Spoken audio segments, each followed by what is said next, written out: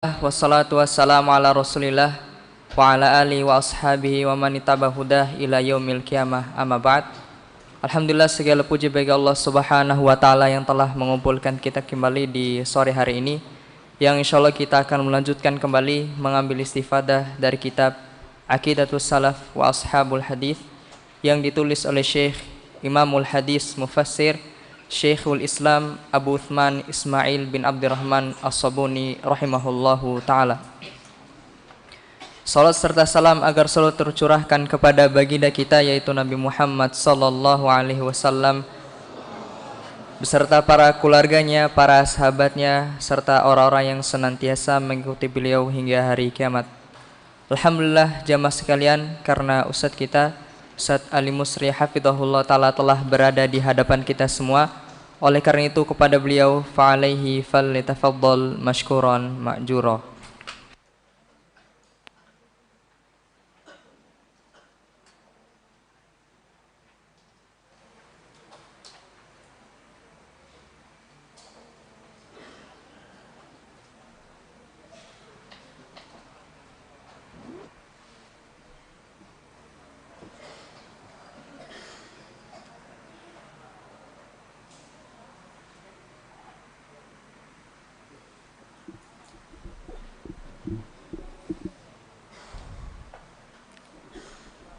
Bismillahirrahmanirrahim. Assalamualaikum warahmatullahi wabarakatuh. Innal hamdalillah nahmaduhu wa nasta'inuhu wa nastaghfiruh wa na'udzu billahi min shururi anfusina wa sayyiati a'malina. May yahdihillahu fala mudilla lahu wa may yudlil fala hadiyalah. Asyhadu an la ilaha illallah wahdahu la syarika lah wa asyhadu anna Muhammadan abduhu wa rasuluhu la nabiyya ba'dah. Amma ba'd, fa inna asdaqal hadithi kitabullah wa khairal hadi hadi Muhammadin sallallahu alaihi wasallam wa syarrul umuri muhdatsatuha wa kullu muhdatsatin bid'ah wa kullu bid'atin dhalalah wa kullu dhalalatin finnar. Masyaallah ikhwah, kita lanjutkan pembahasan kita dalam kitab Aqidatus Salaf wa Ashabil Hadith.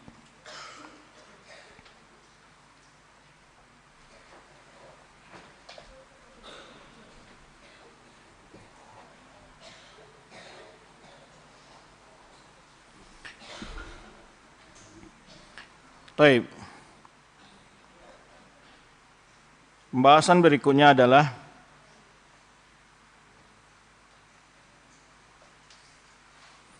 itu tentang perkataan-perkataan para ulama dalam memahami kalimatul istiwa atau sifatul istiwa. Dari Al-Quran Al-Karim sudah beliau sebutkan, dan juga beberapa penjelasan dari ulama tentang itu sifatul ihtiwa. Dan sebelumnya membahas tentang sifatul kalam dan berbagai penjelasan yang beliau kupas tentang masalah sifatul kalam bagi Allah Subhanahu wa taala, di mana banyak sekali sebetulnya ada 8 pendapat tentang masalah sifatul kalam bagi Allah Subhanahu wa taala. Jadi banyak sekali pandangan dan pendapat-pendapat yang menyelisihi sunnah Rasulullah SAW dalam mengimani sifat kalam bagi Allah Subhanahu wa taala. Baik, sebelumnya mu'allif telah membahas tentang yaitu dalil sifatul istiwa dari Al-Quran Al-Karim. Itu kalimat istiwa ini diulang dalam Quran sebanyak 7 kali dan tidak ada satupun yang menggunakan lafaz istaula. Kemudian juga tidak ada para sahabat yang mengartikan istawa dengan istaula, para tabi'in, bahkan para imam mazhab yang 4, tidak ada satupun di antara mereka yang mentakwil kalimat istawa dengan istaula. Munculnya penafsiran istawa dengan istaula adalah setelah lahirnya mazhab ahli kalam, setelah munculnya mazhab Jahmiyah, Mu'tazilah, kemudian lahir pula Al-Kullabiyah, Asy'ariyah dan Maturidiyah. Baik. Berikutnya beliau menyebutkan, setelah beliau sebelumnya menyebutkan tentang berapa dalil tentang sifat istiwa, kemudian juga menyebutkan dengan dalil dari perkataan Fir'aun ketika dia menyuruh Haman untuk membuat bangunan tinggi agar dia dapat melihat kepada Tuhan Musa alaihissalam. Bahkan dia mengatakan wa inni la'adzunuhu kadziba.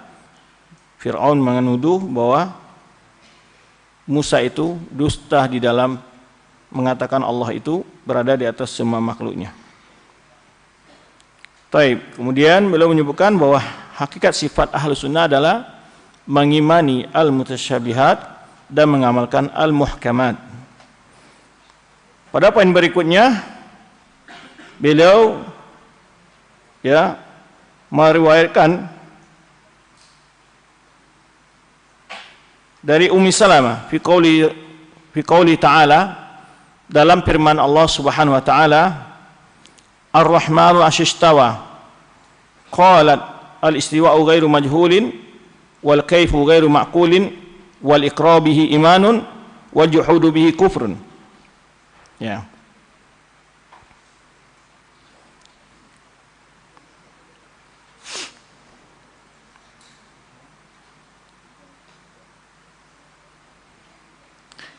Namun riwayat ini sebagian ulama menilai yang dari Ummu Salamah ini sanadnya tidaklah terlalu kuat. Bahkan ada ulama yang menganggap sanadnya dhaif pada Ummu Salamah, tapi yang sahih itu adalah, berkata Imam Zahabi, hadza qaul mahfuzun an jama'atin. Perkataan seperti ini diriwayatkan dari beberapa ulama, di antara Rabi'atul Ra'i yaitu Imam Malik, gurunya Imam Malik, dan juga Imam Malik sendiri, dan juga diriwayatkan dari Abu Ja'far Tirmizi, ya. Fa amma an Ummi Salamah fala yasih. Adapun riwayat ini dari Ummu Salamah tidaklah sahih, kata Imam Zahabi dalam kitab beliau Al-Ulu, ya. Di mana ini diriwayatkan dari gurunya Imam Malik, Rabi'atul Ra'i. Ya, maknanya banyak diriwayatkan dari perkataan ulama, di mana Ummu Salamah berkata istiwa ghairu majhul, bahwa istiwanya Allah itu bukanlah tidak diketahui, ghairu majhul, diketahui maknanya. Wal kaifu ghairu ma'qulin, adapun mengetahui tentang kaifiyah istiwa Allah itu tidaklah mungkin untuk diketahui. Ini ghairu ma'qulin, tidak mungkin untuk ketahui dengan akal. Wal iqrar bihi imanun, mengakui bahwa Allah itu beristiwa adalah suatu keimanan. Wal juhudu bihi kufrun, memingkari sifat istiwa Allah itu adalah merupakan sifat yang membawa kepada kekufuran. Taib. Kemudian ini riwayat yang sahih dari Imam Malik, yaitu dari Ja'far bin Abdullah qala ja'a rajul ila Malik ibn Anas yakni yas'aluhu an qawlihi Ar-Rahmanu 'alayhi istawa. Dari Ja'far bin Abdullah, ia berkata, datang seseorang kepada Imam Malik, ya, yaitu dia bertanya tentang firman Allah Subhanahu wa taala, Ar-Rahmanu 'alayhi istawa. Allah itu beristiwa di atas arasy. Qala, dia bertanya, ya, kaifa istawa? Ya, dia bertanya, bagaimana Allah itu beristiwa? Lalu Imam Malik, fama ra'aitu wajada min syai'in kawajdihi min maqalatihi. Aku tidak melihat kondisi Imam Malik, ya,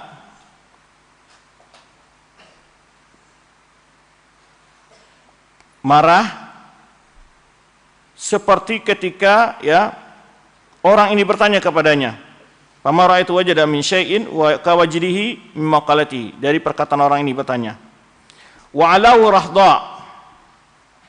Rahda itu maksudnya adalah Imam Malik berkeringat mendengar pertanyaan orang tersebut, karena dia mengagungkan Allah, membesarkan Allah. Bagaimana dipertanyakan bagaimana istiwanya Allah, karena hal itu menunjukkan orang yang bertanya ini tidak mengerti tentang sifat Allah, itu bahwa sifat Allah tersebut tidak akan mungkin untuk diketahui kaifiahnya oleh makhluk. Sehingga pertanyaan itu membuat Imam Malik dalam keadaan marah, ya, sampai Imam Malik berkeringat. Wa atrakul qaum, ya, wa atrakul qaum itu artinya apa?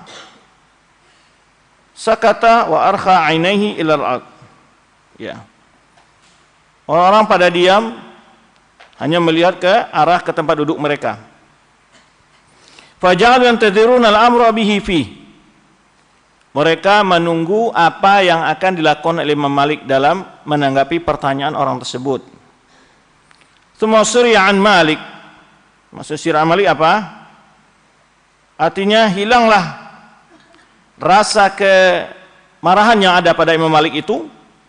Faqala, Imam Malik menjawab pertanyaan orang tersebut, al-kaifu ghairu ma'lum, al-kaifu ghairu ma'lum, bagaimana kaifiyahnya sifat Allah itu tidak mungkin diketahui, kata Imam Malik. Tidak mungkin diketahui tentang kaifiyah sifat Allah, enggak mungkin, karena Allah itu gaib, ya, dan tidak ada yang serupa dengan Allah sehingga bisa dikiaskan, ya, dan Allah itu tidak pernah dilihat, juga tidak mungkin diketahui bagaimana bentuk hakikat sifat Allah tersebut. Dan juga tidak ada ayat Al-Quran maupun hadis yang sahih menerangkan bentuk kaifiyah dari sifat Allah. Al-kaifu ghairu ma'lum, kata beliau. Maka di sini ghairu ma'lum tidak diketahui, bukan, atau al-kaifu majhul, bagaimana kaifiyah sifat Allah itu atau istiwanya Allah itu tidak diketahui oleh makhluk. Bukan berarti bahwa sifat Allah itu tidak punya kaifiyah. Sifat Allah itu punya kaifiyah, punya hakikat, tapi yang tahu bagaimana kaifiyahnya hanyalah Allah Subhanahu wa ta'ala. Taib. Lalu wal istiwa ghairu majhul, makna istiwa itu bukanlah sesuatu yang tidak diketahui. Ghairu majhul, tidak ada orang yang tidak tahu maksudnya. Itu di mana istiwa itu adalah makna secara lugawi, makna secara umum, ya, yaitu bisa diarti dengan ala wartafa'a atau istaqarra. Ada berapa makna istiwa di dalam bahasa. Nah, maka ulama menyebutkan istiwa Allah ada ulul khas alal arsh. Ya. Istiwa Allah alal arsh itu adalah uluhu al khas alal arsh. Wal imanu bihi wajib, meyakini bahwa Allah itu beristiwa adalah wajib, kata Imam Malik rahimahullah. Wasu'alu anhu bid'atun, bertanya tentang bentuk kaifiyah sifat Allah di antara sifat kaifiyah sifat istiwa adalah bid'ah. Ya. Belum mengatakan kalau kamu bertanya tentang kaifiyah sifat Allah itu tidak ada yang tahu. Ya. Kalau istiwa itu tidak ada pula yang tidak tahu. Ya, tahu artinya istiwa. Ya. Tapi kalau kaifiyahnya dia bertanya kaifastawa itu tidak ada yang tahu. Beriman dengan sifat istiwa itu wajib. Kenapa? Karena Allah telah menyebutkan sifat itu bagi dirinya berulang-ulang dalam Al-Quran, yaitu sebanyak 7 kali. Kalau kamu tidak mempercayai Al-Quran, berarti di sini itu yang disebutkan para ulama tadi, mengingkari sifat istiwa itu sama dengan mengingkari apa? Ayat Al-Quran yang menerangkan hal itu. Berarti kamu mendustakan apa yang Allah katakan tentang dirinya, mendustakan ayat istiwa itu tersebut, dan tidak percaya kalau Allah itu beristiwa. Taib. Maka itu wajib mengimani istiwanya Allah. Kenapa? Karena Allah telah menetapkan bagi dirinya istiwa itu. Maka kita hanya mengimani bahwa Allah itu beristiwa. Adapun kaifiyahnya, tidak ada makhluk satupun yang mengetahui tentang kaifiyah sifat Allah.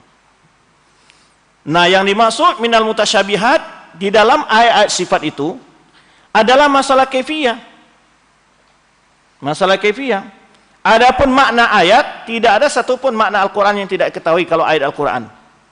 Dia bukan seperti huruf muqatta'ah. Apa itu huruf muqatta'ah?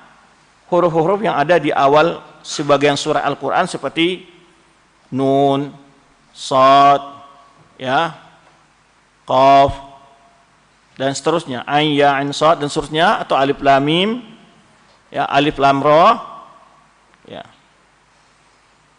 Itu disebut huruf muqatta'ah. Nah, huruf ini memang tidak ada artinya. Karena huruf. Adapun ayat Al-Quran yang terdiri dari kalimat dan jumlah itu memiliki makna.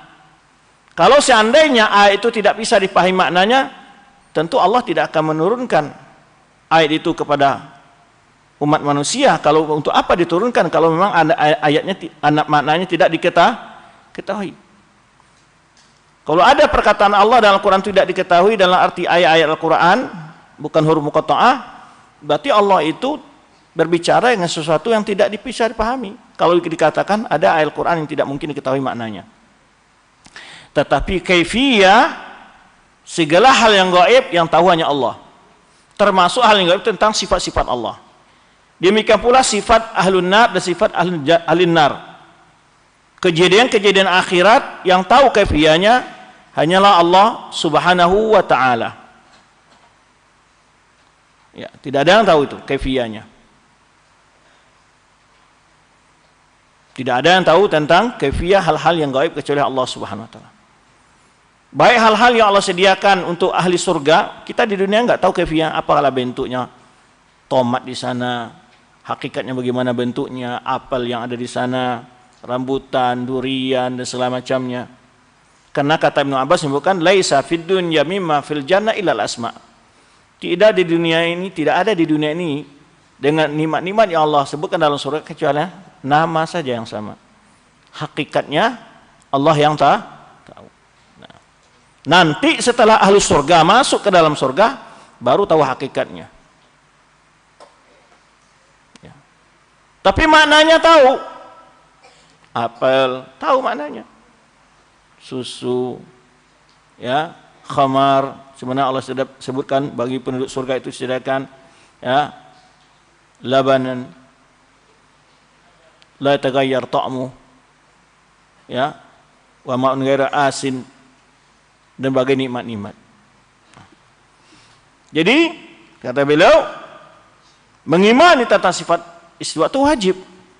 Wa su'alu bid'ah anhu bid'ah, bertanya tentang kaifiyah sifat Allah atau istiwanya Allah itu bid'ah.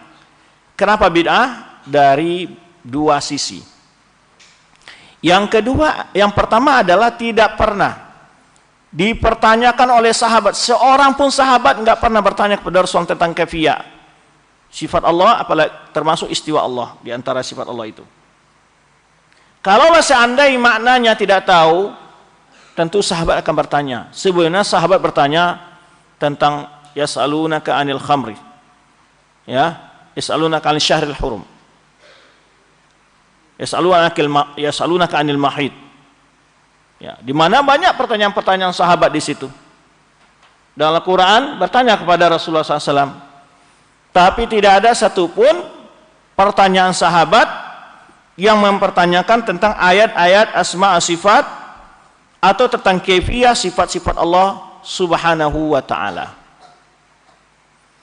Artinya mereka paham, mereka tahu, dan itu tidak ada permasalahan bagi mereka ketika ingin memahami Al-Quran, karena mengetahui kaifiyah adalah ilmu dibalik mengimani makna. Taib. Kedua, kenapa dihukum bid'ah? Menyebabkan akan timbulnya perselisihan dan perdebatan, ya, mengandai-andai.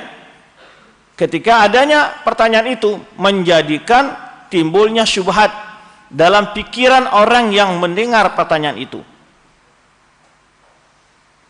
ya, menimbulkan keraguan pada orang-orang yang mendengarkan pertanyaan itu. Kemudian wa inni la akhafu an takuna dhallan.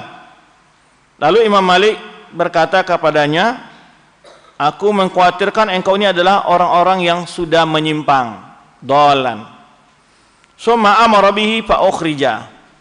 Lalu Imam Malik memerintahkan orang untuk mengusirnya, mengeluarkannya dari majelis Imam Malik. Kenapa Imam Malik menyuruhnya keluar dari majelis Imam Malik?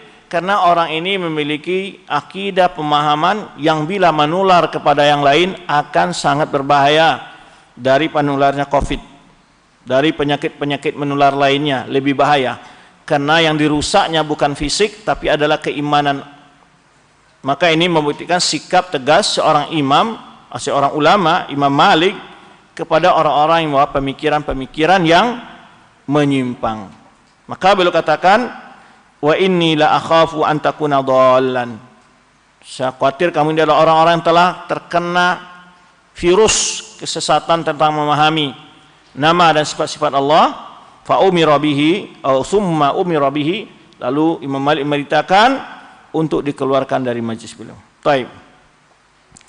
Berikutnya wasuila Abu Ali Al-Husain bin Fadl Al-Bajali, ya,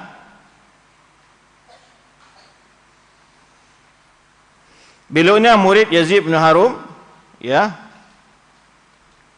Imam Hakim mengatakan bahwa Husain Fadl Umair ini adalah Al-Bajali, mufassir Imam asrihi fi ma'anil Quran. Itu penilaian Imam Az-Zahabi tentang siapa? Abu Ali Al-Husain Ibnu Fadl Al-Bajali ini. Anil istiwa. Jadi pernah pula beliau ini ditanya tentang istiwa. Waqila lahu, ada yang bertanya kepada beliau, kaifa stawa ala arsyihi? Bagaimana Allah itu beristiwa di atas arasnya? Karena orang-orang kalam mencoba melogikakan.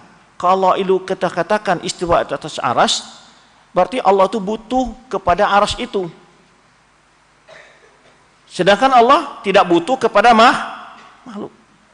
Kenapa Allah butuh kepada aras? Kata mereka, bila makhluk beristiwa di atas makhluk yang lain, istawa itu seperti umpamanya orang naik kapal, kalau kapal tenggelam atau kapal oleng, pasti orang di atasnya oleng, gitu maksud mereka. Ya, pokoknya sesuatu di atas sesuatu yang lain akan bergantung kepada yang tempat dia berpijak, tempat dia bersandar, tempat dia istiwa itu dia butuhkan. Kalau nggak ada dia jatuh. Itu penafsiran orang al-kalam. Sehingga mereka mengatakan tidak boleh dikatakan istawa, karena kalau ini harus mengatakan berarti Allah itu butuh kepada aras. Atau kata mereka lagi, imma aras itu lebih besar daripada Allah, atau Allah lebih besar daripada aras, atau sama besar. Sehingga melogikakan hal-hal yang tidak mesti harus dilogikakan. Ya, itu digunakan oleh mereka. Taib. Oleh itu mereka mengingkari istiwa itu. Menjawabnya sangat mudah. Apa jawabannya? Bukan berarti Allah itu butuh kepada aras. Aras sendiri yang butuh kepada Allah. Yang menciptakan aras siapa? Ya, keberadaan aras itu bergantung kepada kehendak Allah. Di mana pula Allah akan butuh kepada aras. Taib.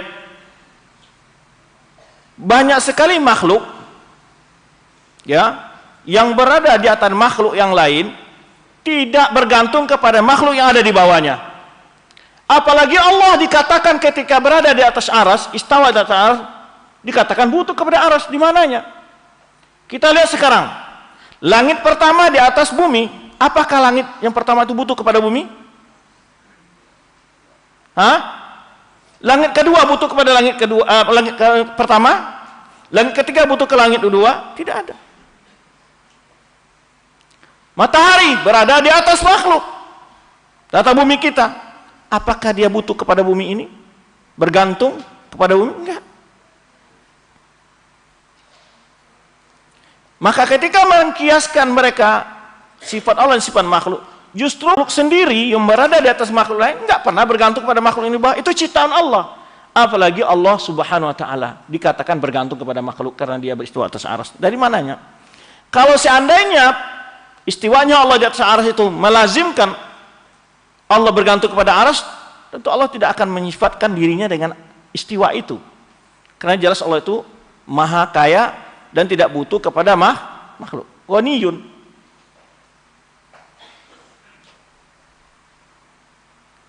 Adapun mereka mentakwil dengan istaulah, istaulah artinya adalah menguasai.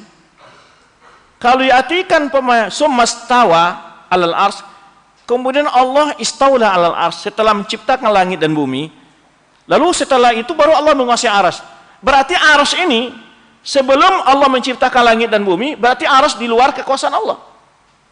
Baru setelah Allah menciptakan bumi, baru arsy itu menjadi kekuasaan Allah. Karena di situ ada kalimat summa, kemudian. Apakah arsy itu tidak dibawa kekuasaan Allah sebelum menciptakan langit dan bumi? Dibawa kekuasaan Allah. Allah menciptakan. Bagaimana dikatakan tidak dalam kekuasaan Allah? Maka ditakwil dengan istaula itu, justru itu yang menyebabkan adanya makhluk yang di luar kekuasaan Allah. Baru setelah Allah selesai ciptakan langit dan bumi, baru Allah menguasai arsy. Itu pemahamannya berarti.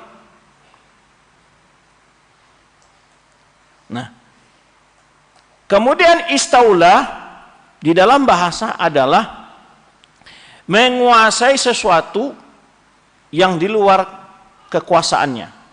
Makanya raja umpamanya wilayah yang di luar kekuasaannya kemudian dikuasai, istaula alaihi. Dia menguasai wilayah itu. Itu disebut istaula. Dan mereka justru berhujjah dengan syair, ya, laqad istawal bisu 'alal iraqi min ghairi sayfin wadamin miraqi. Bishr telah menguasai Irak, ya. Semua laqad istawala Bishr 'alal iraqi, Bishr telah menguasai Irak tanpa ada pedang yang dihunuskan dan darah yang ditumpahkan. Nah, itu jelas makna istawa di situ artinya istaula. Ya, laqad istawa Bishr 'alal iraqi. Karena memang cocok bagi makhluk. Karena memang sebelumnya Irak itu tidak di bawah kekuasaannya, kemudian dikuasainya. Maka kalau ditafsirkan istawa dalam firman Allah, itu istawa berarti arsy itu sebelumnya di luar kekuasaan Allah. Baru setelah dia menciptakan langit bumi, summastawa al-arsy. Baru setelah itu dia masya Allah. Ini jelas maknanya batil.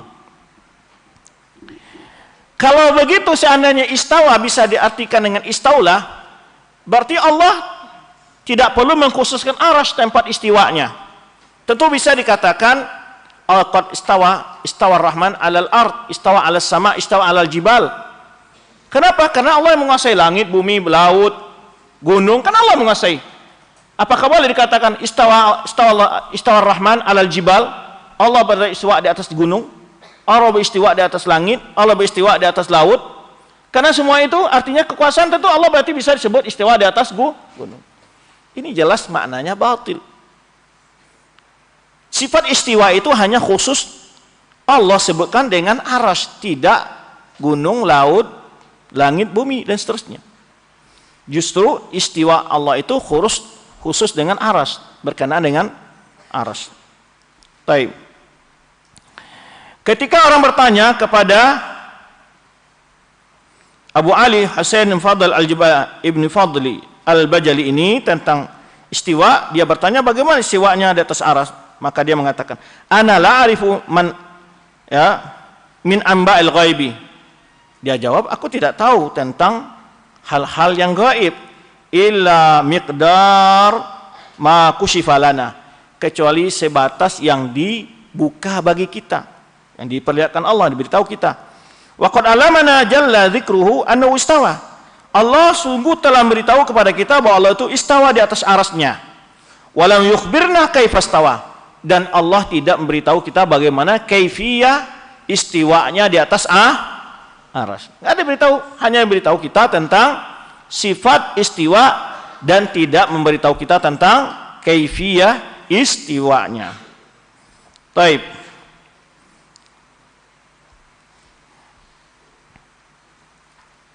Kemudian riwayat berikutnya adalah ini dari ulama-ulama tabi'in, ya, dari Abdullah bin Mubarak. Ia berkata,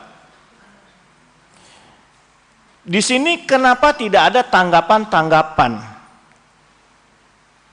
yaitu bantahan kepada orang mentakwil istiwa dari kalangan sahabat?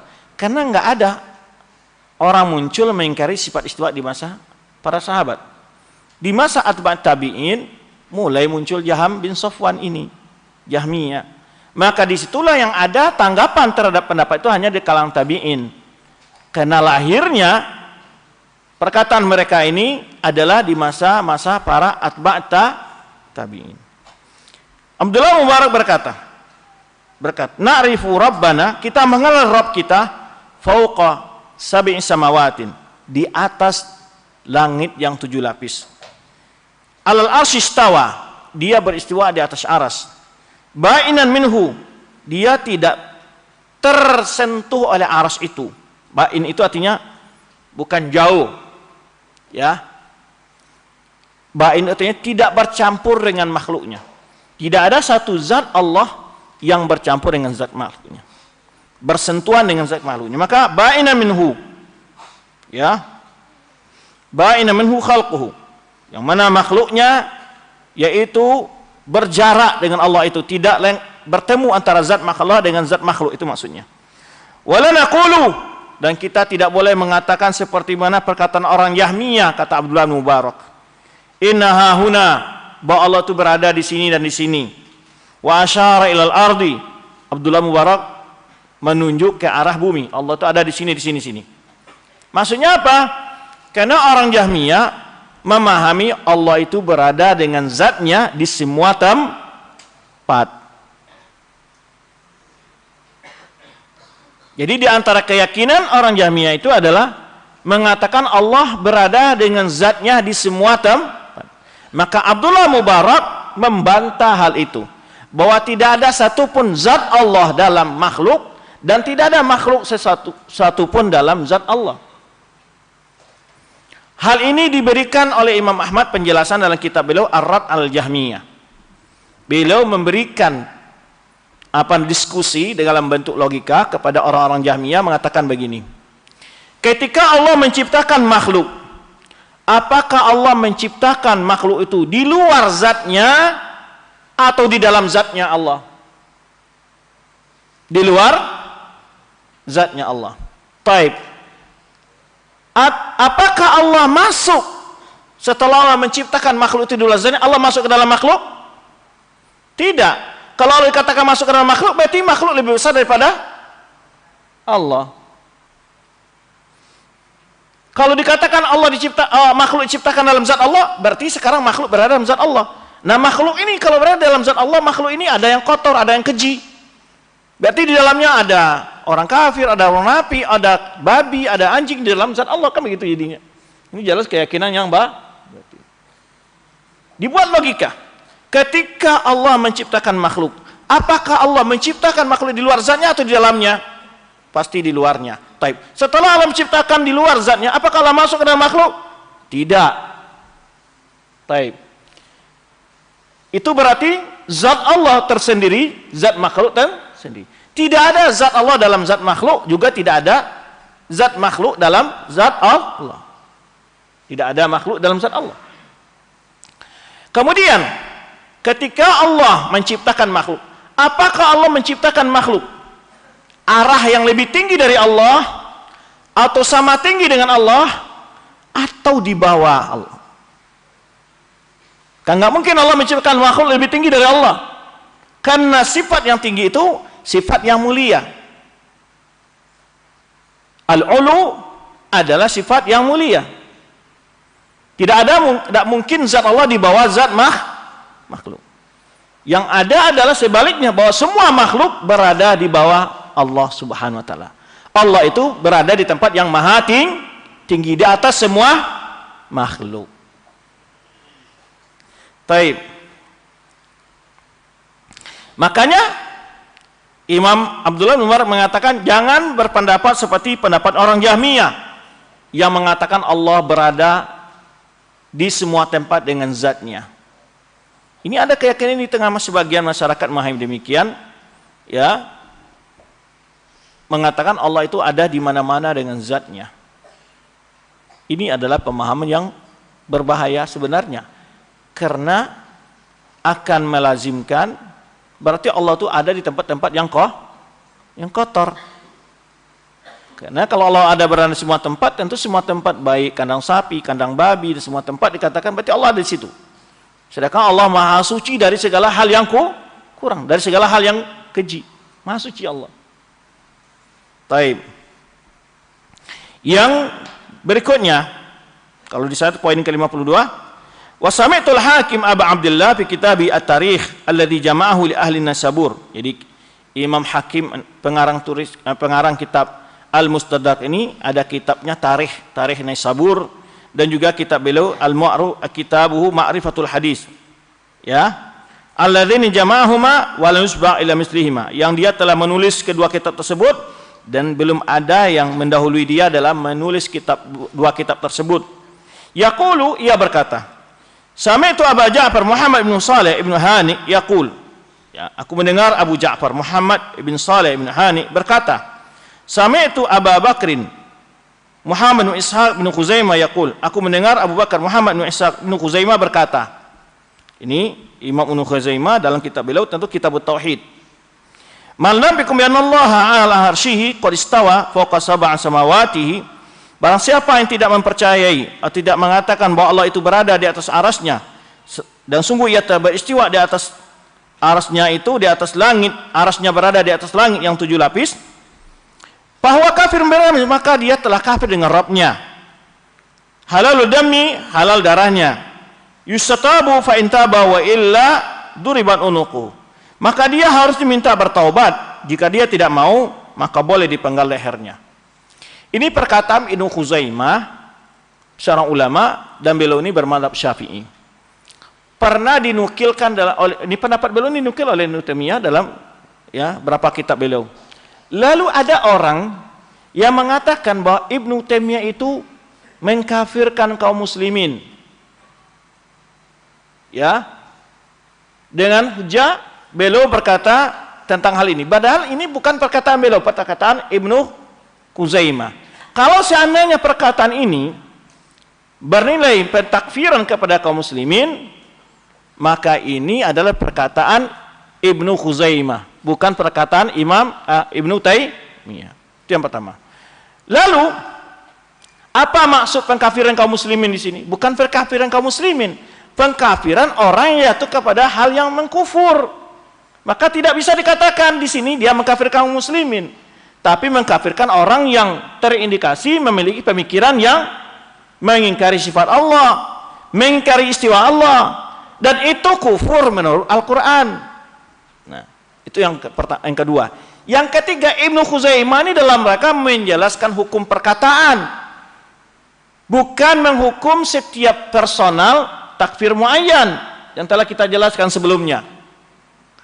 Ya, yaitu beliau ini di istilah ulama adalah takfir mutlak, hanya menghukum ungkapan dan perkataan, perbuatan. Bukan orang yang mengucapkan itu langsung dikafirkan.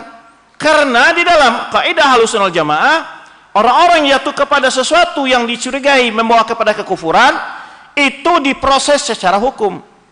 Yang keempat, yang memproses itu adalah penegak hukum di zaman Ibnu Khuzaimah banyak orang berpendapat seperti ini. Tidak pernah Ibnu Khuzaimah diriwayatkan bahwa dia telah membunuh seseorang. Tidak pernah diriwayatkan Ibnu Khuzaimah mengejar atau apa istilahnya itu, sweeping orang-orang berkeyakinan beda dengan dia, tidak. Ini ketika dia menjelaskan pembahasan ilmiah, pandangannya dalam menyikapi pendapat yang menyelisihi ulama salaf, menyelisih Al-Quran tentunya terlebih dahulu, dan para sahabat itu. Nah, maka Imam As-Sabuni dalam kitab beliau ini menukil pendapat, menerangkan tentang kekhawatiran, kebahayaan dari perkataan mengingkari sifat aras itu, sehingga ada sebagian ulama yang bersikap dan berkata tegas dan keras terhadap orang mengingkari sifat istiwa. Itu intinya. Karena juga tidak pernah baik Abu Osman As-Sabuni mengejar orang-orang yang mengingkari sifat Allah, nggak pernah. Apalagi membunuh, apalagi menyakiti, nggak pernah. Nggak pernah juga mengintimidasi. Hanya mendebat secara ilmiah dalam tulisannya. Dan juga tidak pernah diriwayatkan ulama-ulama yang menukil perkataan Ibnu Khuzaimah ini, baik Syekh Islam Taimiyah, melakukan tindakan anarkis, mengejar-ngejar orang-orang yang mentakwil ayat istiwa. Tidak pernah. Jadi adalah di dalam kitab-kitab ulama menukil perkataan ini tujuannya adalah untuk melihatkan bahwa penyimpangan dalam mengingkari sifat Allah itu bukan suatu perkara yang sangat ringan, ya, perkara yang ringan, tapi merupakan adalah perkara yang sangat besar, sehingga sebagian ulama umat ini sampai berkata keras dan tegas seperti ini. Itu maksudnya. Taib.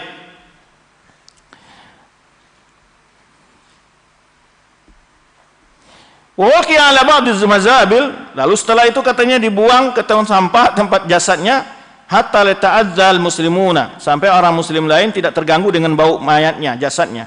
Wala mu'ahaduna binatani raihati jaifati, atau orang-orang kafir mu'ahad tidak terganggu dengan bau mayatnya. Wa kana maluhu fai'an la yarisu ahadun minal muslimin, hartanya menjadi harta fai', tidak boleh diwarisi oleh seorang pun dari kaum muslimin. Idil muslim la yarisul kafir, karena orang muslim tidak boleh mewarisi orang kafir. Kama qala Nabi SAW, sebenarnya Rasulullah SAW bersabda, la yarisu muslimu kafira walal kafiru muslima. Rawal Bukhari, di mana orang muslim tidak boleh mewarisi orang yang kafir, orang yang kafir juga tidak boleh mewarisi orang yang muslim. Tadi kita katakan perkataan keras dan tegas seperti ini tujuannya bukan membawa orang kepada paham radikal, tetapi untuk menjelaskan hukum sebuah pemahaman perkataan. Tadi kita katakan mana dalilnya? Tidak pernah ulama-ulama yang menegaskan sekeras ini umpamanya sampai berbuat anarkis di tengah-tengah masyarakat, tidak ada. Padahal di zaman mereka perkataan ini ya menjadi satu hal yang menjadi viral, menjadi suatu yang menyebar di tengah masyarakat, aliran-aliran yang mengingkari sifat Allah tersebut. Maka dari itu mereka mengingkari dengan keras dan tegas. Kemudian beliau menukil perkataan Imam Asy-Syafi'i. Ya. Maka kita katakan tidak ada pun satu pun orang ulama dari ulama 4 mazhab yang masyhur mengingkari sifat istiwa Allah SWT. Seperti Imam Malik tadi sudah jelas. Kemudian Imam Syafi'i, murid dari Imam Malik. Bagaimana perkataan beliau? Imamuna. Kenapa disebutkan Imamuna? Karena Abu Utsman Ismail ini bermadzhab Syafi'i, ya. Maka beliau mengatakan Imamuna Abu Abdullah Muhammad bin Idris Syafi'i. Jadi beliau bermadzhab Syafi'i dalam artian dalam pembahasan fikih-fikih ijtihadnya. Ya. Dalam mazhab bermadzhab, para ulama di dalam mengkaji hukum-hukum ijtihad merujuk kepada salah satu mazhab dalam tarjih pendapat. Tapi mereka tidak fanatik, ta'assub. Jadi yang dilarang itu bukan bermadzhab, menggunakan metode ulama mazhab tertentu dalam ijtihad, bukan itu yang dilarang. Yang dilarang adalah tidak boleh menyelisih perkataan imam mazhab, sekalipun pendapat itu menyelisih Al-Quran dan Sunnah, atau bertentangan dengan dalil yang sahih, atau perkataan para sahabat. Itu yang tidak boleh. Menjadikan metode istimbatul ahkam dalam hal yang furu', ya, karena para ulama usul fikih membagi metode itu dalam kitab usul fikih mereka menjelaskan. Kalau Imam Malik, kalau tidak ada hadis, beliau mengamalkan perkataan ahli Madinah. Kenapa? Karena ahli Madinah adalah masyarakat yang hidup dari zaman ke zaman, di masa Nabi kemudian masa sahabat, yang mereka melihat sendiri sahabat di tengah-tengah mereka. Maka oleh amalan mereka menjadi hujah bagi Imam Malik. Tapi tidak bagi imam yang lainnya, Imam Ahmad, Imam Syafi'i, atau Imam Abu Hanifah. Nah, Imam Ahmad dan Imam Syafi'i itu kalau tidak ada hadis sahih, ya, dalam satu masalah itu tidak ditemukan dalil-dalil yang valid, maka beliau merujuk kepada perkataan hadis-hadis yang mursal. Hadis-hadis yang mursal. Hadis mursal ini adalah itu didhaifkan oleh para ulama karena tabi'i yang menisbahkan hadis itu kepada sahabat. Taib. Kenapa mereka memegang hadis mursal? Karena kalau sahabat yang tidak disebutkan itu tidak mempengaruhi tentang sahihnya hadis, kata mereka. Sebab sahabat itu semuanya adil. Dikomentari oleh pendapat yang lain. Di mana memastikan? Karena di situ boleh jadi sahabat yang dihilangkan di sanad, boleh jadi tidak sahih, maka oleh sebab itu hadis mursal dianggap salah satu hadis yang dhaif. Jadi kalau antum belajar tuh banyak pembahasannya, di mana sebab khilafnya ulama dalam membahas masalah-masalah tertentu ya, tidak semua masalah mereka khilaf. Hanya masalah-masalah yang tidak ada dalil konteks atau dalil yang pas di dalam suatu masalah tersebut, mereka berusaha beristihad dari dalil-dalil yang umum.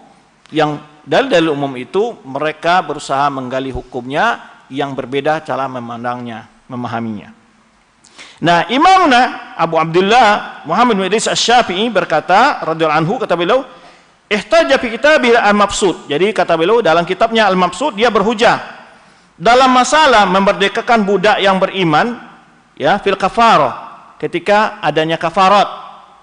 Kafarat seperti kafarat qatul khata, atau orang yang bergaul di siang Ramadan ada kafarat yang harus dibayarnya. Nah, kafarat itu diantaranya adalah ada kafarat memerdekakan budak yang beriman. Wa anna ghairul mu'min la yastaghfiru bihi. Kalau dia bukan beriman, maka tidak boleh dijadikan sebagai untuk pembayar kafarat, yaitu memerdekakan budak yang beriman. Berlandaskan dengan hadis Muawiyah. Apa dasarnya seseorang itu bisa dikatakan mukmin? Adalah dia, Imam Syafi'i berhujjah dengan hadis Muawiyah bin Al-Hakam yang dia ingin memerdekakan budaknya yang hitam untuk membayar kafaratnya. Ketika dia menanyakan pada Nabi SAW, dia ingin membayar kafaratnya ketika dia memukul budaknya. Dia bercerita, ya, Muawiyah bin Hakam ini, bahwa suatu hari kambingnya dimakan serigala. Lalu dia marah kepada budaknya yang menjaga membelakang kambing itu dan sempat dipukulnya. Lalu apa kafaratnya? Dia bertanya kepada Rasulullah SAW. Kata Rasulullah SAW, merdekakan budak itu. Nah, ini kisahnya. Maka ketika itu Rasulullah SAW bertanya kepada budak itu, ya, sebelum dimerdekakan, lalu Rasulullah mengujinya, dia beriman atau tidak. Nah, hadis ini dijadikan hujah oleh Imam Syafi'i bahwa syarat memerdekakan budak itu harus beriman. Di antara beliau berhujah dengan hadis yaitu Muawiyah bin Hakam, yang mana budaknya diuji oleh Rasulullah SAW. Yang menjadi syahid di sini apa ujian yang ditanya oleh Rasulullah SAW adalah Rasulullah SAW bertanya tentang, yaitu faqala laha man ana, siapa aku, ya, fa asyara ilaihi wa ila sama, dia menunjuk Rasulullah dan menunjuk ke atas, engkau adalah utusan Allah Rasulullah, yakni anaka Rasulullah alladzi fis sama, engkau adalah utusan Allah yang ada di langit. Berarti dia meyakini Allah di mana? Hah? Di langit. Maka dia tunjuk engkau adalah utusan Allah yang dari. Maka ditafsirkan oleh rawi, yakni dia memahami, dia menjawab, yaitu ketika yakni annaka Rasulullah alladzi fis sama, engkau adalah utusan Allah yang di langit. Allah yang di langit. Faqala a'tika fa innaha mu'minah. Merdekakanlah dia, sungguhnya telah beriman, kata Rasulullah SAW. Karena dalam riwayat lain Rasulullah bertanya, aina Allah? Dia jawab fis sama. Maksudnya ini siapa? Bahwa Imam Syafi'i, ya, menjadikan hujjah hadis ini sebagai landasan berimannya seseorang, yaitu mengakui Allah di langit. Kalau seandainya Imam Syafi'i tidak mempercayai Allah itu berada di langit, maksudnya di langit ini bukan di dalam langit, ya, di atas semua makhluk, karena kata-kata langit kita sebutkan al-ulu, yaitu tempat yang maha tinggi. Maka dehat yang maha tinggi itu adalah disebut langit dalam bahasa Arab, karena langit itu dalam bahasa Arab memiliki makna, beberapa makna, ya, memiliki beberapa makna. Bisa hujan, bisa awan, bisa langit yang asli yang dibangun, ya, langit yang pertama yang pertama sampai ke-7. Bisa maksudnya adalah al-ulu, jihatul ulu. Maka Allah katakan, aamintum man fis sama, ya, apakah kalian beriman dengan zat yang ada di langit? Aamintum man fis sama ayyakhsibakumul ard. Nah, itu maksudnya. Maka dalilnya sini bahwa Imam Syafi'i meyakini keyakinan yang disebutkan dalam hadis ini. Maka Rasulullah menganggapnya, menghukum keislaman budak perempuan tersebut dan menganggap dia beriman. Lamma aqar bi anna rabbaha fis sama, ketika dia mengatakan Rabbnya di langit. Wa arafa rabbaha bi sifatil ulu wal fawqiyah, di mana dia mengenal Rabbnya itu memiliki sifat ulu, maha tinggi di atas makhluk, dan wal fauqiyah itu di atas.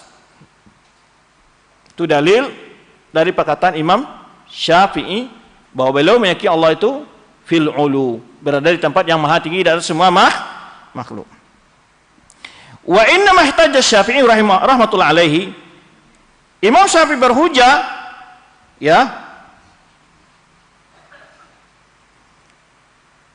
alal mukhalifin fi qaulihim bi jawazi itaqir raqabah al kafirah fil kafarah. Imam Syafi'i berhujah dengan hadis tersebut, ya, membantah pendapat orang yang mengatakan bolehnya memerdekakan budak yang kafir di dalam membayar kafarat, ya. Jadi Imam Syafi'i membantah orang yang membolehkan memerdekakan budak yang tidak beriman dalam membayar kafarat dengan hadis ini. Li'tiqadi anna Allah Subhanahu wa ta'ala fawqa khalqihi. Karena Imam Syafi'i juga meyakini Allah itu berada di atas semua makhluknya, ya, fawqa. Nah, apakah dikatakan Allah di atas makhluk berarti seperti Allah di topi di atas kepala? Enggak. Karena bukan berarti sesuatu yang di atas sesuatu itu mesti lengket dan menempel. Karena orang ahlul kalam juga memahami demikian. Kalau Allah di atas langit berarti lengket di langit gitu. Bersentuhan dengan langit. Seperti apa? Antum bawa barang di atas kepala antum atau topi antum di atas kepala antum? Iya. Maka ya, tidak mesti kata-kata di atas sesuatu itu menyentuh yang di bawah. Sekarang loteng di atas kepala antum. Benar loteng di atas kepala antum? Apa loteng nempel di kepala antum? Taib. Awan di atas bumi. Apakah awan nempel ke tanah? Langit pertama di atas bumi atau langit kedua di atas langit pertama, apakah nempel langit pertama dengan kedua? Jadi kita ketika di atas itu bukan berarti memahami sesuatu yang saling apa?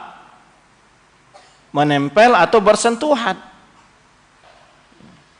Karena juga mereka melogikakan begitu. Kalau Allah di atas langit, berarti langit itu menyentuh Allah katanya. Sama dengan mengatakan Allah di atas aras. Kalau Allah di atas aras berarti Allah menyentuh aras. Taib.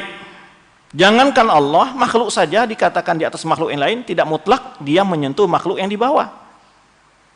Ketika pesawat ya terbang di atas udara, berada di atas bumi, ya, pesawat lewat di atas rumah, apakah dia menyentuh atap rumah antum?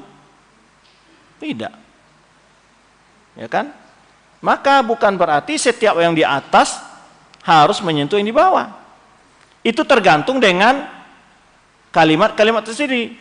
Kalau disebutkan topi di atas kepala, ya bisa dipahami bahwa topi itu memang dipasang di kepala, lengket, nempel dia, ya. Tapi tidak pernah orang memahami loteng di atas kepala, lalu loteng itu nempel di kepalanya dia. Maka masing-masing itu dipahami dengan gramatika bahasanya, artinya. Gramatika bahasa Arab, ya, itu berbagai gramatik yang harus dipahami.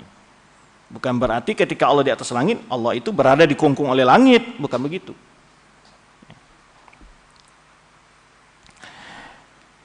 Maka di sini kata beliau, ini menunjukkan bahwa Imam Syafi'i meyakini Allah itu di atas semua makhluknya, di atas langit yang 7, di atas aras. Sebagaimana keyakinan kaum muslimin dari Ahlussunnah wal Jamaah, kata beliau, salafihim wa khalafihim, baik yang ulama salaf maupun ulama setelah ulama salaf.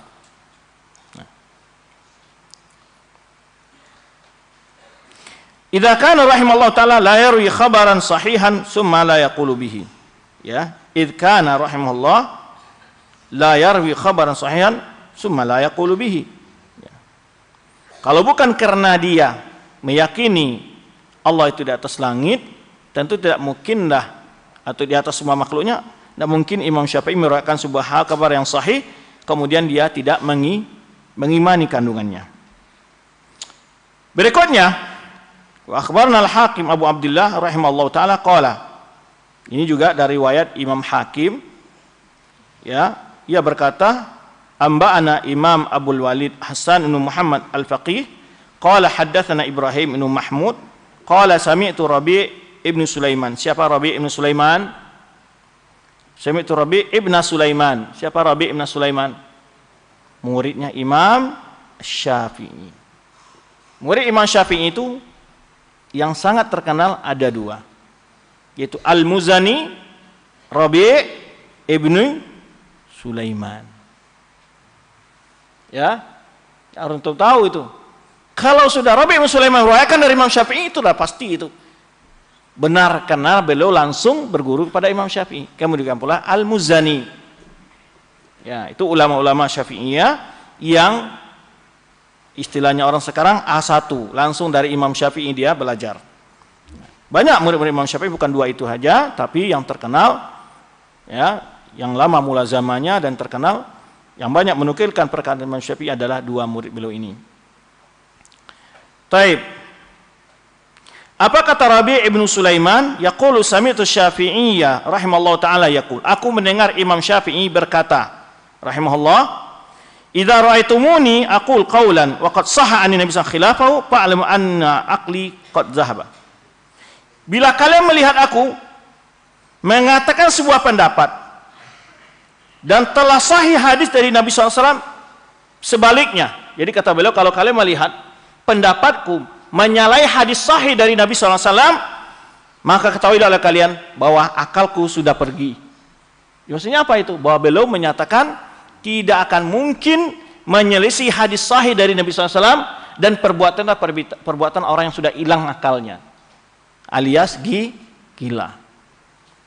Dikata Imam Syafi'i, kalau kalian melihat aku menyelisih hadis sahih, berpendapat menyelisih hadis sahih dari Rasulullah SAW, maka berarti kalian ketahui akalku sudah pergi. Nggak perlu kalian apa?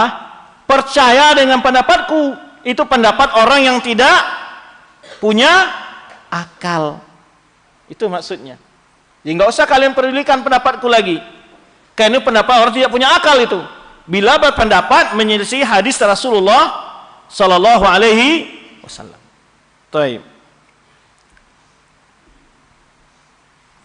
Berikutnya berkata Hakim lagi, sami'tu Abul Walid ghaira marratin, aku mendengar Abu Walid tidak hanya sekali, yaqulu, dia berkata, hudistu an Za'farani anna Syafi'i, ini juga di antara Za'faran ini juga murid Imam Syafi'i, bahwa Syafi'i ruya yauman hadis, rawa yauman hadisan. Imam Syafi'i meriwayatkan sebuah hadis pada suatu hari, faqala sa'il. Lalu ada yang bertanya kepada Imam Syafi'i, ya Abu Abdullah, taqulu bihi, wahai Abu Abdullah, maksud Imam Syafi'i, apakah engkau berpegang dengan hadis itu, berpendapat dengan hadis itu? Jadi ini untuk menunjukkan bahwa Imam Syafi'i tidak meriwayatkan sebuah hadis sahih kecuali beliau meyakini dan mengamalkannya. Lalu mana buktinya? Buktinya Imam Syafi'i berkata kepada murid-muridnya, kalau kalian melihat aku masih berpendapat menyelisih hadis yang sahih Nabi SAW, anggap aku sudah hilang akal. Tidak perlu kalian terima pendapat itu. Itu pendapat orang yang tidak menggunakan akalnya. Kemudian dari murid beliau Za'farani mengatakan, ketika Imam Syafi'i meriwayatkan sebuah hadis, lalu ada yang bertanya, apakah engkau sependapat dengan hadis itu, atau engkau berpegang dengan hadis itu? Apa kata Imam Syafi'i? Tarani fi bi'atin au kanisatin, apakah engkau melihat aku ini berada di kanisa? Kanisa itu apa? Di tempat ibadahnya orang Nasrani. Apakah engkau melihat aku ini bukan seorang muslim, itu artinya? Aku ini menganggap aku ini berada di tempat ibadahnya orang non muslim. Tarani alai zil kufar, apakah engkau melihat aku ini memakai pakaian orang kafir?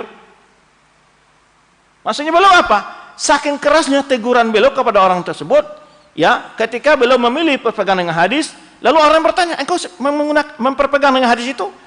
Kalau kamu melihat aku ini bukan seorang muslim, barulah mungkin tidak mau berpegang dengan hadis Nabi. Itu kesimpulannya. Maka dia katakan, apa engkau melihat aku ini memakai pakaian orang kafir, berada di tempat ibadahnya orang kafir? Ya, huwa dza tarani fi masjidil muslimin. Lihat, aku ini sedang berada di masjid kaum muslimin, kata beliau. Ali azil muslim. Maka tidak akan mungkin aku menyelisihi hadis yang aku riwayatkan dari Nabi Shallallahu Alaihi Wasallam. Itu kesimpulannya. Ya, arwi hadisan Nabi Sallallahu Alaihi Wasallam, summa la aqulu bihi. saya meriwayatkan hadis dari Nabi SAW, kemudian saya tidak mau mengamalkannya, tidak mau berpegang dengannya. Ini jawaban ya Imam Syafi'i ketika ada orang yang bertanya kepada beliau, apakah engkau mengambil hadis tersebut? Qala Abu Utsman, ini Utsman ini As-Sabuni, wal farqu baina ahli sunnah wa baina ahli bid'ah annahum. Nah, idza sami'u khabaran fi sifati rabbi radduhu aslan wa lam yaqbaluhu aw qabiluhu fi dhahir summa ta'aluhu bi ta'wilin yaqsiduna bihi raf'al khabar min aslihi wa ibtali ma'nahu. Apa maksudnya itu? Berkata Abu Utsman, perbedaan antara orang Ahlussunnah dan orang-orang Ahlul Bid'ah, bahwasanya orang mereka Ahlul Bid'ah itu apabila mendengar kabar tentang sifat Allah, yaitu hadis tentang sifat Allah, mereka tolak secara langsung, ya, walam yakbalu, mereka tidak mau percaya, mereka katakan ini hadis ahad atau hadis ini muawwal dan seterusnya. Au qabilu, atau dia terima, ya, imma dia tolak secara langsung dan tidak mau menerima hadis tersebut, atau dia terima secara zahir kemudian ditakwilnya, ya, kemudian ditakwilnya. Tujuannya adalah untuk menolak kabar itu dari dasarnya, dari min aslihi, ya, dasarnya ingin menolak makna kabar itu dan membatalkan makna dari kabar itu. Kabar ini, kabar dalam definisi ahli hadis adalah segala yang diriwayatkan. Jadi khabar asar hadis itu kadang-kadang kata kalimat khabar digunakan untuk menyebut hadis Nabi SAW. Kadang-kadang digunakan untuk menyebut perkataan sahabat, kadang-kadang digunakan untuk menyebutkan perkataan tabi'in. Tapi yang dimaksud di sini adalah khabar tentang sifat adalah hadis Rasulullah SAW. Jadi kata beliau, perbedaan antara orang ahlul bidah dengan orang ahlussunnah itu adalah ketika mendengar hadis-hadis sifat, mereka orang ahlul bid'ah itu menolak hadis itu secara total, atau mereka terima secara zahir lalu mereka takwil. Maka hadis jariyah tadi itu hadis yang terdapat di dalam Sahih Muslim, ya, dan para ulama lain banyak menyebutkan hadisnya sahih, ya. Tetapi orang ahlul kalam tidak mau berhujah dengan hadis itu. Kenapa? Dan menolak hadis tersebut. Kata mereka fihi itirab. Yang pertama menghukum hadis dengan itirab ini adalah yaitu Hasan Saqaf yang dinukil oleh sebagian ahlul bid'ah di Nusantara ini. Taib. Jadi mereka menolak kabar-kabar hadis-hadis tentang sifat-sifat Allah, atau mereka takwil, ya, secara zahir menerima lalu mereka takwil yang tujuannya ingin membatalkan makna dari kabar itu sendiri. Wa ahlussunnah yaqbalunahu wa yusaddiquna bihi. Adapun ahlussunnah mereka menerimanya dan mempercayainya. Wa la tahimuna Rasulullah sallallahu alaihi wasallam fi ma qala minhu. Mereka tidak pernah menuduh Rasulullah SAW terhadap apa yang diungkapkan Rasulullah SAW. Bal yattahimuna uqulahum wa ara'ahum fihi. Yang mereka celah, yang mereka perlu koreksi adalah akal mereka dan perkataan mereka, bukan hadis Rasulullah SAW. Artinya apa? Bahwa orang ahlussunnah mengikuti perkataan Rasulullah SAW, bukan hadis disesuaikan dengan pikiran dan pendapat mereka, ya, bukan hadis itu ditakwil sesuai logika mereka. Kalau ahlul bid'ah ditakwil sesuai logika mereka, ya. Wa ya'lamuna haqqan yaqinan anna maqala Rasulullah SAW fa'ala maqalahu. Mereka mengetahui dengan penuh keyakinan bahwa apa yang dikatakan oleh Rasulullah SAW adalah seperti apa yang dikatakan oleh Rasulullah SAW. Idh wa kana arafu bi rabbih. Karena Rasulullah SAW lebih tahu tentang Rabbnya. Adakah yang lebih tahu daripada Allah tentang Allah daripada Rasulullah? Tidak ada.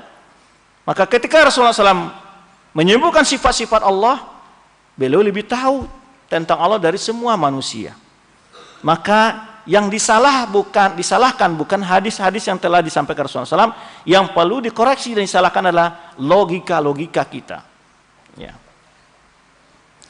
Maka beliau Rasulullah SAW adalah orang yang paling tahu tentang Rabbnya Jalla Jalalu dari selain Rasulullah SAW.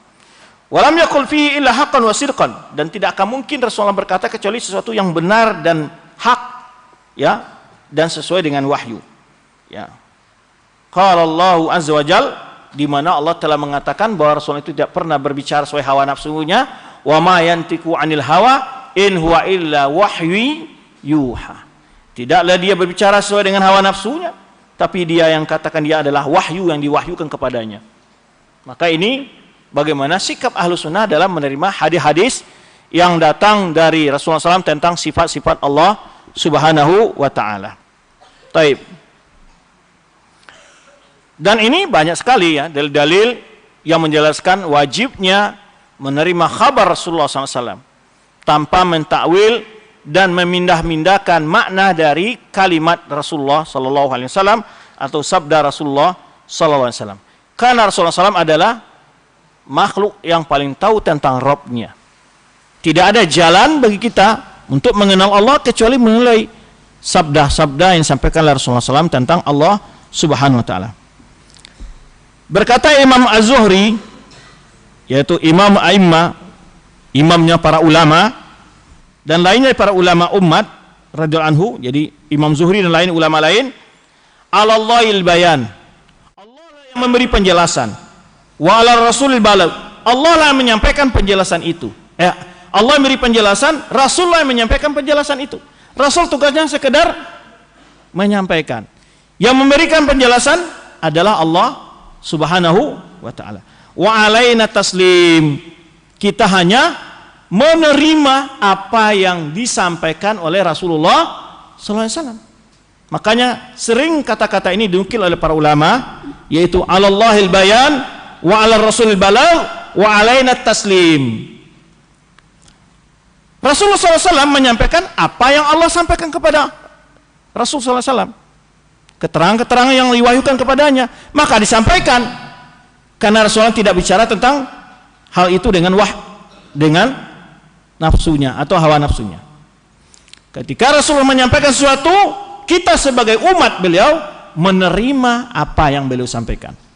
Alallahil bayan wa ala rasulil balagh wa alaina taslim. Itulah sikap Ahlus Sunnah, kata Syekh atau Imam Abu Utsman As-Sabuni.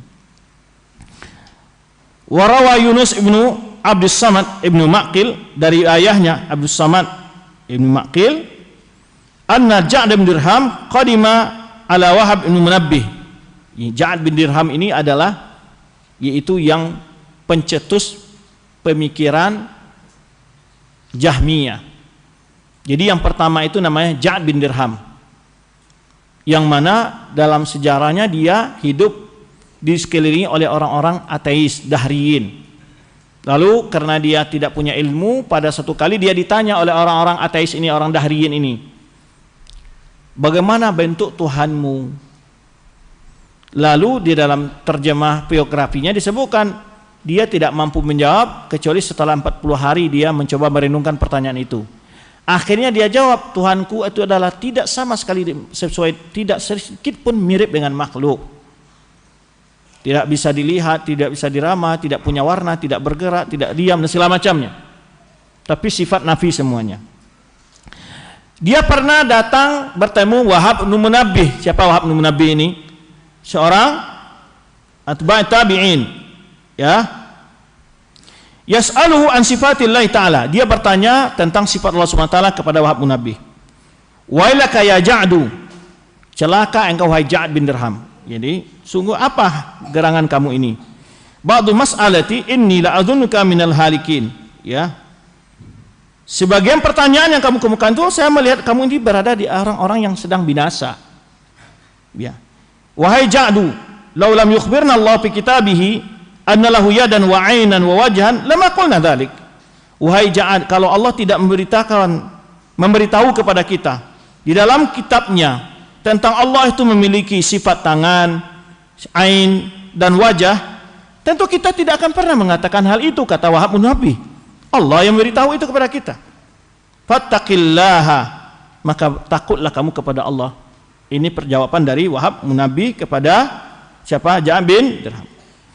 Summa lam yalbas Ja'dun an qutila wa suliba.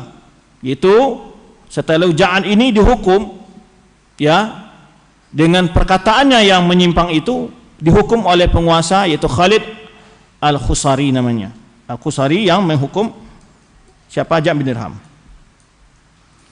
Di sini disebutkan wa khataba Khalid bin Abdullah Al-Qusari. Ini yang wali ini. Ini adalah seorang gubernur di daerah Syam kalau nggak salah. Khataba Khalid bin Abdullah Al-Qusari ini Yaumul Adha, pada hari Adha di Basrah, bukan di Syam, afwan. Tadi saya katakan bukan di Syam, di Basrah. Karena aliran-aliran dalam Islam ini berpusat di daerah yaitu timurnya Madinah, yaitu daerah Basrah, Baghdad, dan Basrah, Kufah. Ini sumber lahirnya berbagai aliran sesat. Ya, maka Rasulullah ketika menunjuk ke arah timur Madinah mengatakan al-fitnah hauna, al-fitnah hauna. Fitnah itu akan datang dari arah ini, dari arah ini, kata Rasulullah SAW. Itu beliau menunjuk ke arah Irak, itu daerah Kufah dan Basrah. Nah, kalau kita lihat secara fakta dalam sejarah Islam, aliran Syiah, Khawarij, Murji'ah, Sufi, ya, kemudian Qadariyah, Jabriyah, semuanya lahir dari daerah ini. Gitu. Nah, termasuk paham Jahmiyah ini lahir dari sini, yaitu daerah Basrah. Faqala fi akhir khutbatihi, di akhir khutbah dia berkatakan, insarifu ila manazilikum. Setelah dia selesai khutbah Idul Adha, pulanglah ke rumah kalian masing-masing. Wadahu barakallahu lakum fi dahayakum. Lalu sembelihlah korban-korban kalian, semoga Allah memberikan keberkahan kepada kalian dalam korban-korban kalian. Fa aini mudahin al-yawma bi Ja'd bin Dirham. Sungguhnya aku pada hari ini akan berkorban dengan menyembelih Ja'd bin Dirham. Fa innahu yaqul, karena dia telah mengatakan, apa pendapatnya? Lam yatakhidillahu Ibrahim khalila. Allah tidak mengambil Ibrahim sebagai khalilnya. Walam yukallim Musa taklima. Allah tidak pernah berbicara kepada Nabi Musa.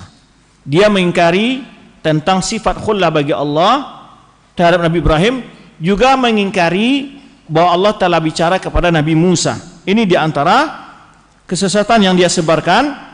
Subhanahu wa ta'ala amma yaqul al-ja'du uluan kabira. Maha suci Allah dari apa yang dikatakan oleh Ja'd bin Dirham, dengan maha tinggi yang lagi maha besar. Wa nazala min minbari fadhabaha biyadi wa amra bisalbihi.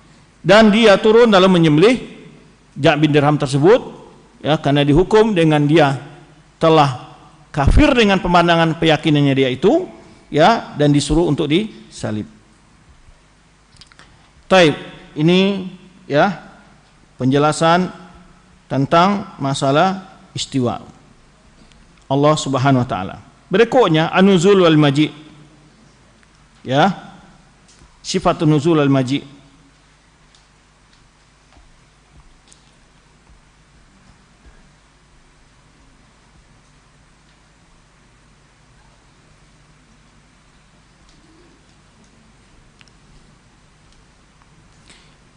Setelah sifatul kalam, kemudian sifatul istiwa, kemudian adalah sifatul nuzul. Jadi yang boleh bahas ini banyak sifat-sifat tentang sifat Allah Subhanahu wa ta'ala. Setelah sebelumnya sifat, ya, al-kalam, kemudian sifatul istiwa, kemudian sifatul nuzul wal maji'. Ini juga diingkari oleh ahlul kalam. Wa yasbitu ashabul hadis wa nuzula rabbi subhanahu wa ta'ala kulla lailatin ila sama'i dunya.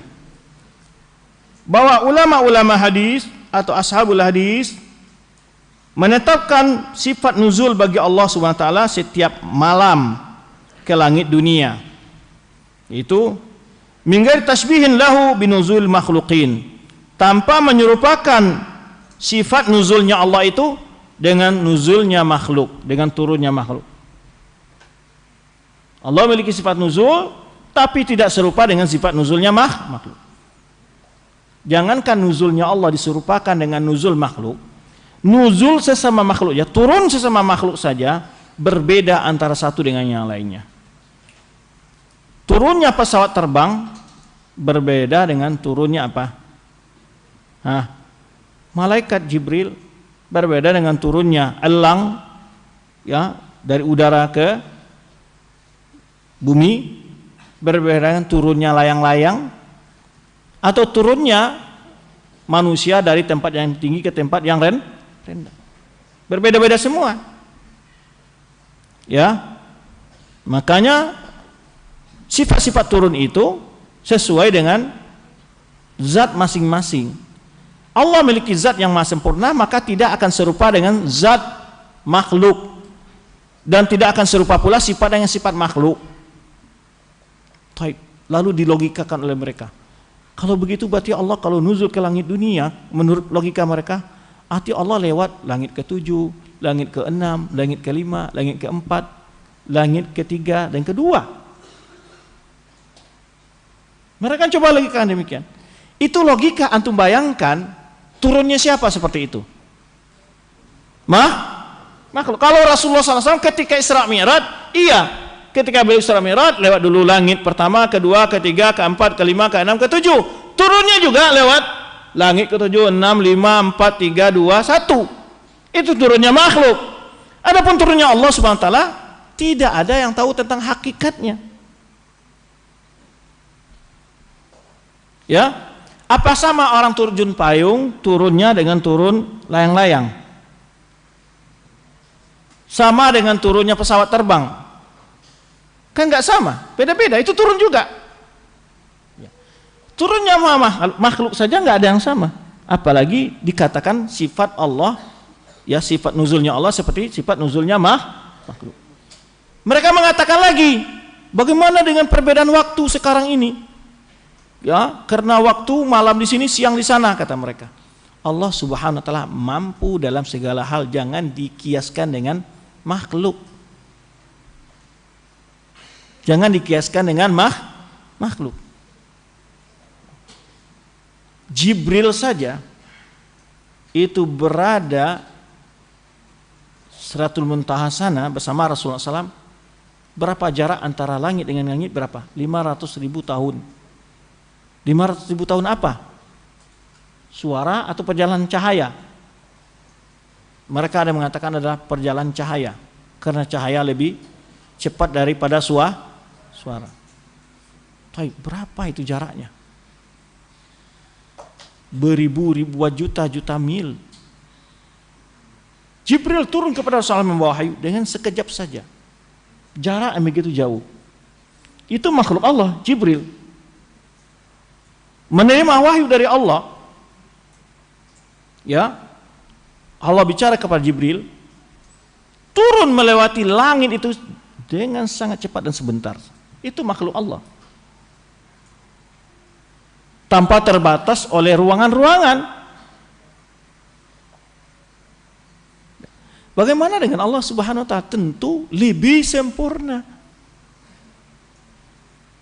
Yang Jibril itu disebutkan Rasulullah SAW punya 600 sayap, bukan kecil itu. 600 sayap.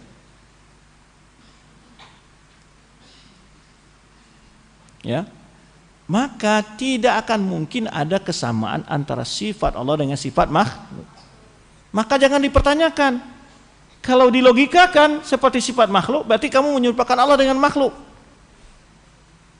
Nah, minggal tasbihin lahu binuzul makhluqin, tanpa menyerupakannya dengan turunnya makhluk, wala tamsilin, atau penyerupaan dengan makhluk lain, wala takyifin, tidak berbicara, tidak mempercontohkan Allah turun begini-begini, atau bicara tentang kefianya Allah turun begini-begini. Bal yufituna ma ba'athahu Rasulullah SAW, tapi mereka hanyalah menetapkan apa yang telah ditetapkan oleh Rasulullah SAW. Ya, amanna bihi kullum indi rabbina. Taib. Maka binggari tasbihin, mereka tidak akan mengatakan, ya, turunnya Allah itu menyerupakan dengan turunnya air hujan, atau turunnya burung, atau turunnya manusia. Enggak boleh diserupakan. Karena makhluk saja sifat nuzulnya berbeda-beda. Mana akan mungkin diserupakan antara Allah dengan makhluk? Tamsil a'am tasbih, yaitu tamsil itu perbedaan dengan tasbih itu adalah tamsil musyabahatu syai' li ghairihi fi jami'il wujuh, menyerupakan sesuatu dengan sesuatu yang lain dari semua sisi. Kalau tasbihu syai'in li ghairihi fi aktsaril wujuh, sesuatu menyerupai yang lain dalam banyak sifat, dalam banyak sisi. Itu beda antara tasbih dengan tamsil. Takyif menentukan tentu bentuk tersesuatu, ya. lebih umum lagi daripada tamsil dan tasbih. Oh, Allah turun begini-begini, itu sudah kaifiyah dia. Walaupun tidak dicontohkan dengan contoh turunnya salah satu makhluk. Ya, maka itu takyif. Maka tidak boleh. Tidak boleh tamsil, tidak boleh tasbih, tidak boleh takyif. Dipertanyakan bagaimana hakikat turunnya Allah.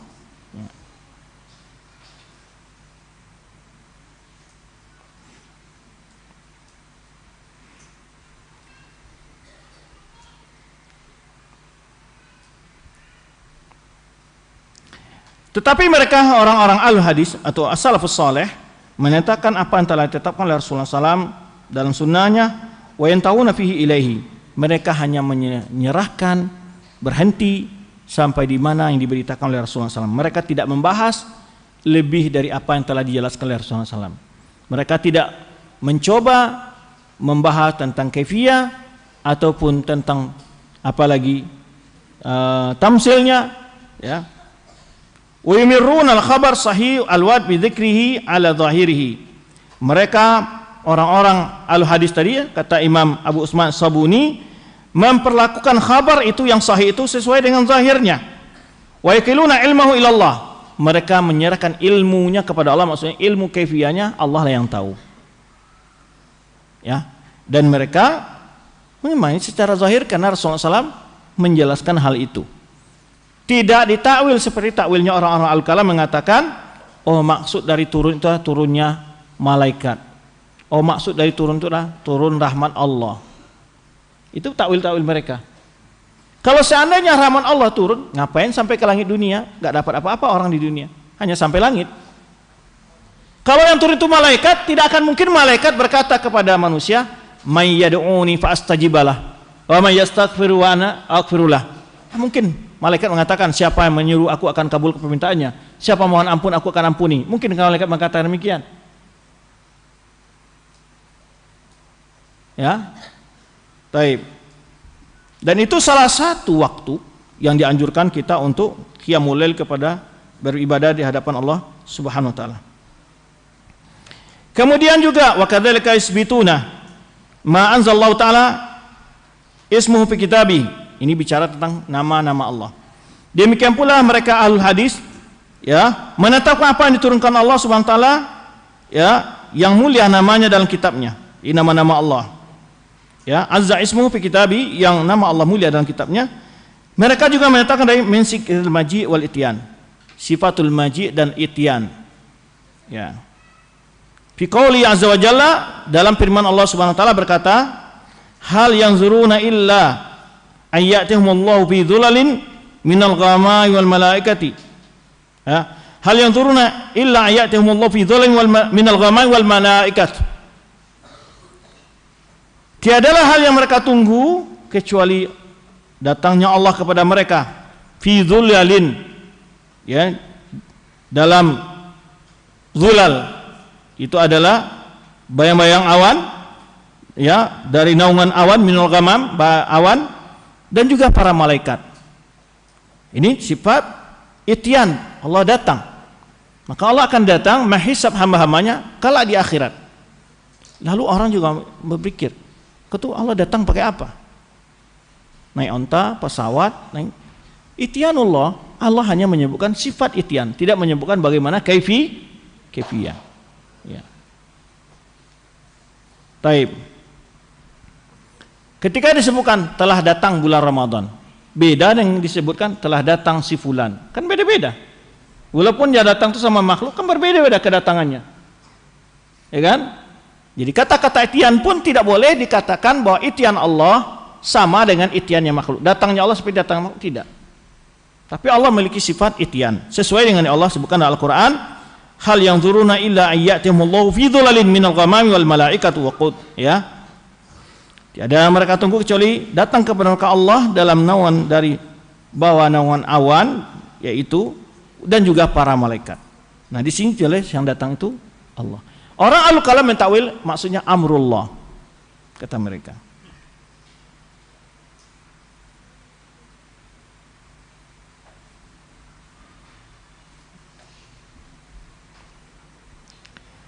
Taib.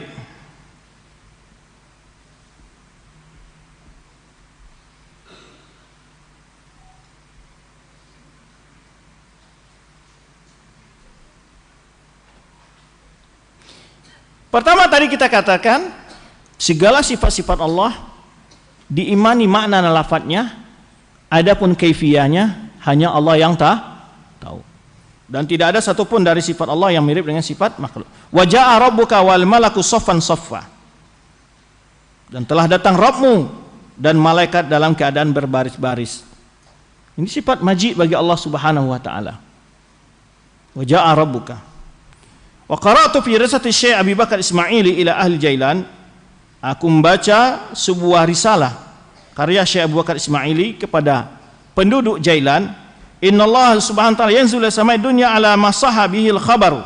Bahwa Allah subhanahu wa ta'ala turun ke langit dunia sesuai apa yang telah disebutkan dalam sahih hadis yang sahih dari Rasulullah sallallahu alaihi wasallam. Wa qala azza wa jalla, sungguh Allah subhanahu wa ta'ala berfirman, hal yanzuruna illa an ya'tiyahumullahu fi dhulalin minal ghamami wal malaikatu. Wa qala wa jaa rabbuka wal malaku saffan saffa. Jadi beliau ayat itu sebagai dalil tentang sifat majid bagi Allah, juga sifat nuzul dari hadis, dan sifat majid dan ityan terdapat dalam ayat-ayat yang dinukilkan di sini. Ya, hal yang turuna illa ayyatihumullahu fi dhulalin minal ghamami wal malaikah. Wa qala wa jaa rabbuka wal malaku saffan saffa. Baik. Wa nu'minu bidzalika kulli ala ma jaa bila kaif. Semua hal itu kita imani, ya, sebagaimana yang disebutkan dalam Al-Qur'an bila kaif, tanpa membicarakan tentang kaifiyahnya. Nah, ini sedikit kita jelaskan. Kaifiyah itu adalah menyebutkan bentuk sesuatu tanpa memberikan contoh. Yaitu au tashbih rabtu syai' bi musyabihi lahu. Menghubungkan sesuatu dengan yang diseumpamakan dengannya, walau kana syabah ba'idan ahyanan, walaupun perbedaannya jauh. Wa man tamtsil bahwa tamtsil tadi kita sebutkan menyerupakan sesuatu dengan yang lain dari semua sisi. Kalau tasbih adalah menyerupakan sesuatu dengan yang lain dalam banyak sisi. Walau kana bainahuma ikhtilafun, ya, wal farq baina itsbatul ma'na wa itsbatul kaifiyah kama fi qouli ta'ala. Sekarang bagaimana menetapkan mengenai makna dan menetapkan kaifiyah. Sifat Allah punya kaifiyah, tapi tidak ada makhluk yang tahu tentang kaifiyah sifat Allah. Perbedaannya adalah kita menetapkan makna, bukan menetapkan kaifiyah. Seperti dalam firman Allah Subhanahu wa taala, al-yauma nakhtimu ala afwahim. Kata Allah, kelak di akhirat Allah akan mengunci mulut manusia. Wa tukallimuna aydihim, dan bicara kepada kami tangan-tangan mereka. Wa tashhadu arjuluhum, kaki-kaki mereka akan memberi persaksian bima kanu yaksibun, terhadap apa yang pernah mereka lakukan di dunia. Sekarang kalau kita tanya, bagaimana sih bentuknya tangan bicara? Kan kaifiyah itu. Bagaimana bentuknya kaki beri persaksian? Bisa enggak? Enggak bisa kita mencontohkan, karena itu hal yang enggak. Ya Allah katakan bahwa tangan kita, kaki kita akan bicara kelak di akhirat. Walaupun di mana mulutnya? Apa bicaranya keluar dari suara punggung sini atau di bawah ini, di lut sini, di mana kan nggak tahu, ya. Cuman kita yakin dengan maknanya bahwa tangan kita, kaki kita akan bicara dan memberi persaksian kelak di hari kiamat terhadap perbuatan-perbuatan yang kita lakukan di dunia. Bagaimana bentuknya bicara tangan dan kaki? Kita nggak bisa, karena nggak pernah lihat kaki bicara di dunia ini, ya kan? Jadi beda antara mengimani makna dengan berbicara tentang kaifiyah. Itu yang ingin dibedakan di sini. Jadi mengimani makna sesuatu yang berbeda dari bicara tentang kaifiyah. Maknanya kita paham, tapi kaifiyahnya bagaimana bentuknya nanti tangan itu berbicara enggak tahu. Nah, fal makna mafhum, makna ayat ini kita pahami. Walakinna la yumkin natasawwar kaifa yatakallam al-aidi wal arjul. Tapi kita tidak mungkin membayangkan bagaimana sih bentuknya kelak, ya, dibayangkan umpamanya tangan dan kaki itu bicara, gimana bentuknya? Wa ma tasawwarna min kaifiyatin. Apapun yang pernah kita coba gambarkan dalam pikiran kita, itu nggak akan bisa kita tahu tentang kaifiyahnya. Bayangkan umpamanya, oh enggak mungkin tangan itu, mungkin tangan ini, jari ini gerak-gerak dia bicara. Nggak. Apapun yang kita coba untuk menghayalkan, bentuk hakikatnya kaki dan tangan itu bicara, nggak akan pernah bisa. Itu beda antara makna dengan kaifiyah. Nah itu maksudnya. Ketika mengimani sifat-sifat Allah, yang kita imani adalah makna, bukan bicara masalah kaifiyah. Nah. Fama hiya illa min nasjil khayal. Itu hanya sekadar bayangan-bayangan khayalan saja. Fahaqatul amr annana la na'rifu kaifiyat dzalik. Yang sebenarnya kita nggak akan bisa tahu pasti apa kelak persisnya tangan itu bicara dan kaki itu memberi persaksian. Walakin makna mafhum, tapi maknanya kita paham bahwa tangan akan berbicara, kaki akan memberi persaksian. La yutanaza'u fihi itsnan. Tidak ada perbedaan antara dua orang dalam hal ini. Ya kan? Apa kita katakan enggak mungkin? Ya, Allah mungkin Allah menyebutkan bahwa tangan akan bicara. Ya kan? Nah, tidak ada, kita perlu berdebat di sini. Apa yang mau kita perdebatkan? Oh, enggak, itu hanya majaz. Bagaimana majaz? Maksudnya majaz, kalau tangan bicara majaz itu maksudnya apa? Ya kan? Maka kita imani maknanya walaupun kaifiyahnya kita tidak tahu. Karena ilmu kaifiyah, mengetahui kaifiyah itu melebihi dari mengetahui makna. Contoh, seorang bilang sama antum, saya baru saja beli mobil. Mobil ini kalau jalan lurus bisa terbang dia. Ya. Antum bayangkan apa bentuk mobilnya? Tapi kata-katanya antum paham bahwa mobil itu bisa terbang. Tapi mana bentuknya mobil itu? Gak tahu bentuknya. Apakah dia punya sayap, apa punya baling-baling kayak helikopter? Gak tahu. Hanya diberitahu tentang sifatnya saja, tapi kaifiyahnya nggak diterang kepada antum karena dia punya baling-baling. Kalau ada macet dia naik baling-baling hidupkan dia, atau dia punya bilang pokoknya saya punya mobil, yaitu kalau di lautan nggak perlu naik kapal, langsung dia fungsi seperti kapal. Nah, maknanya kita paham, tapi kaifiyah bagaimana bentuknya itu? Mungkin ketika dia masuk laut, bannya masuk ke dalam, langsung dia ada sayapnya menjadi seperti kapal. Kan itu khayalan semua. Tapi yang bentuk yang pasti kan nggak bisa kita. Nah itu beda antara memahami makna dengan memahami kaifiyah. Maka kaifiyah kita tidak tahu tentang sifat Allah. Tapi makna yang Allah sebutkan tentang sifat Allah kita paham. Intinya itu. Nah, Allah turun ke langit dunia, Allah sifatul majid, sifatul lihat, kita paham maknanya. Tapi bagaimananya? Allahu alam, karena tidak bisa dibayangkan, tidak bisa dipikirkan, karena Allah itu maha besar. Jangankan Allah, makhluk saja ya banyak yang tidak bisa kita khayalkan apa bentuknya. Ketika disebutkan umpamanya Jibril punya 600 sayap, cobalah entum gambarkan di mana bentuk sayap 600. Gak bisa menghayalkannya. Hanya kita paham maknanya. Kaifiyahnya kita tidak paham. Ketika Allah menyebut dalam Al-Quran, Alhamdulillahilladzi fatiris samawati wal ard, ja'ilil malaikata uli ajnihatin masna wa thulatsa wa ruba. Disebutkan dalam ini bahwa malaikat ada yang punya sayap, ada punya sayap 2, ada yang punya sayap 3, ada yang punya sayap 4. Cobalah antum gambar gimana bentuknya itu. Sayap 3 mau pasang di mana? Antum pasang di bawah 1 kiri kanan, atau di atas 1 kiri kanan, atau 1 kiri kanan, atau 2 belakang 2 di atas 1. Nggak bisa.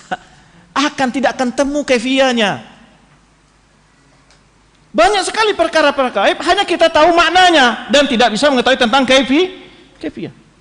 Coba ketika Rasulullah SAW ketika dalam salat beliau maju ke depan, dahulu dalam salat juga belum mundur ke belakang. Ketika beliau maju ke depan beliau katakan, dipeliharakan kepadaku salah satu biji apa? Reman itu apa? Buah delima kan itu kata beliau. Kalau seandainya aku ambil itu sampai hari kiamat semua penduduk dunia kalau makannya nggak akan habis. Coba antum bayangkan berapa besarnya buah delima itu.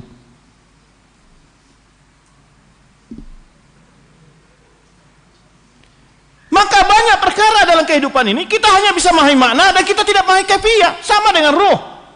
Kita yakin roh ini ada. Roh ini di mana tempatnya? Di mata, di hidung, telinga, di jantung, di hati. Apa bentuknya? Bulat, lonjong, picak, persegi 4? Nggak tahu. Terbuat dari apa dia? Dari air, besi, tanah, nggak tahu. Allah katakan yas'alunaka 'anir roh, qul roh min amri rabb. Qul roh min amri rabbi. Ketika mereka bertanya kepadamu tentang ruh, apa hakikatnya? Tanyakan ruh itu hanya, jawablah ruh itu urusan Tuhanku, nggak tahu aku. Maka yang membuat orang ahlul kalam itu berat menerima ayat-ayat sifat, hadis-hadis adalah karena mereka selalu berupaya mengetahui tentang kaifiyah. Berupaya untuk mengetahui tentang kaifiyah. Kalau mereka tidak mencoba mengkhayal tentang kaifiyah, aman-aman saja, maknanya paham kok. Makanya para sahabat nggak pernah bertanya.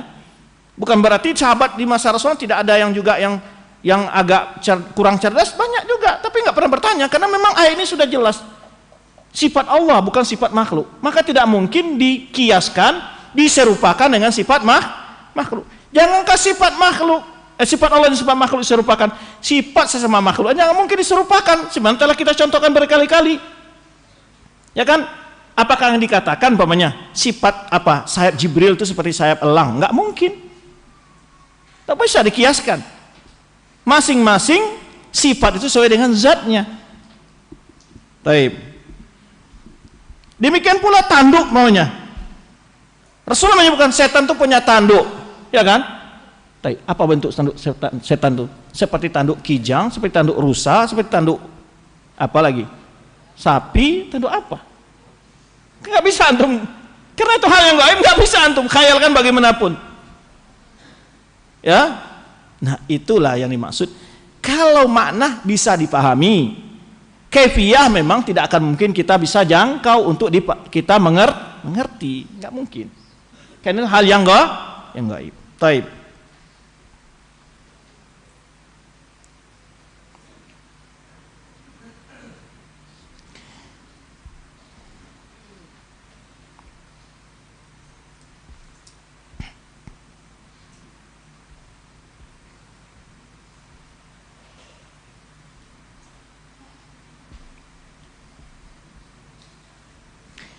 Taib. Wa nu'minu bidzalika kullih ala ma ja'a bila kaifin. Nah itu kata mengimani semua hal itu sesuai yang telah disebutkan dalam Al-Qur'an dan Sunnah tanpa bicara tentang kaifiyah, tanpa membahasnya.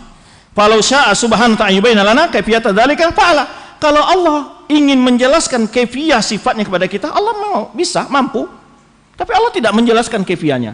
Karena kaifiyah itu ya imma tidak ada faedahnya untuk kita ketahui atau tidak terjangkau oleh pikiran kita. Pantahaina ila ma ahkamahu. Kita hanya membatasi pembicaraan kita sampai apa yang dijelaskan oleh Allah dan Rasulnya. Tidak boleh berbicara melebihi dari apa hal yang dibalik itu. Taib.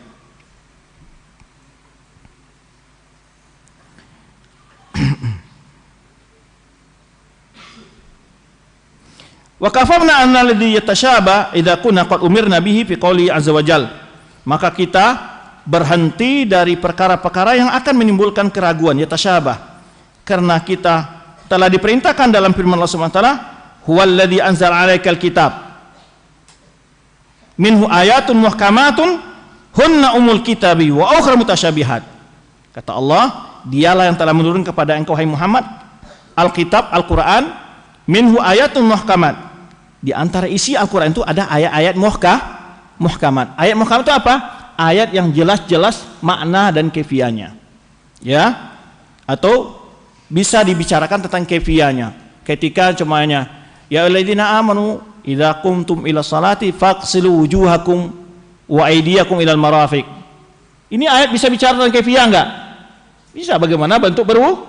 Dijelaskan oleh Rasulullah SAW. Ya alladzina amanu kutiba alaikumus syiyam. Tahu bagaimana cara berpuasa karena dicarakan kaifiyahnya. Caranya sebelum terbit fajar kamu makan sahur dulu, kemudian setelah makan sahur nggak boleh makan apa-apa lagi sampai terbenam matahari. Itu kaifiyahnya. Muhkamat, ya, yaitu maka muhkamat ini kata ulama kita diamalkan, diimani, diamalkan. Kalau mutasyabihat hanya diimani, ya, dan itu perintah Al-Quran.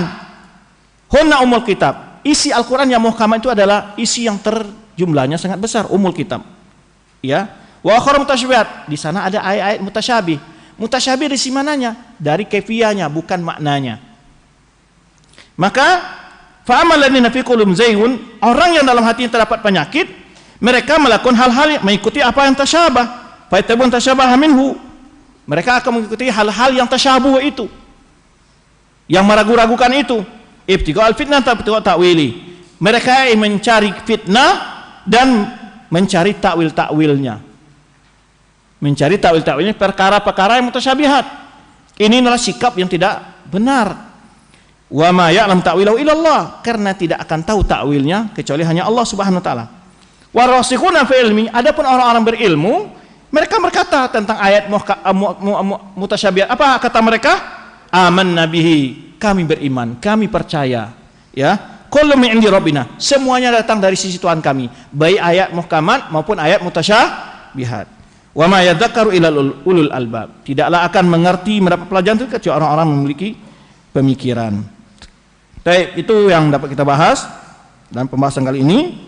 Ya, bagaimana sikap seorang mukmin dalam ayat-ayat mutasyabihat, ya, atau ayat-ayat yang muhkamat, bahwa yang mutasyabihat di situ adalah masalah kaifiyah dari hal-hal yang Allah beritakan tentang hal yang gaib. Adapun maknanya itu diketahui, ya, diketahui, tapi hakikat dan kaifiyahnya hanya Allah yang tahu. Maka orang-orang beriman dengan sifat Allah tersebut tanpa harus membahas masalah kaifiyahnya. Demikian, wallahu a'lam bishawab. Subhanakallah bihamdik, asyhadu an la ilaha illa anta, astaghfiruka wa atubu ilaik. Wassalamualaikum warahmatullahi wabarakatuh. Waalaikumsalam warahmatullahi wabarakatuh. Kami ucapkan jazakallahu khairan katsiran kepada beliau. Semoga kita bisa mengambil istifadah apa yang beliau sampaikan. Kita akhiri daurah sesi kali ini. Wassalamualaikum warahmatullahi wabarakatuh.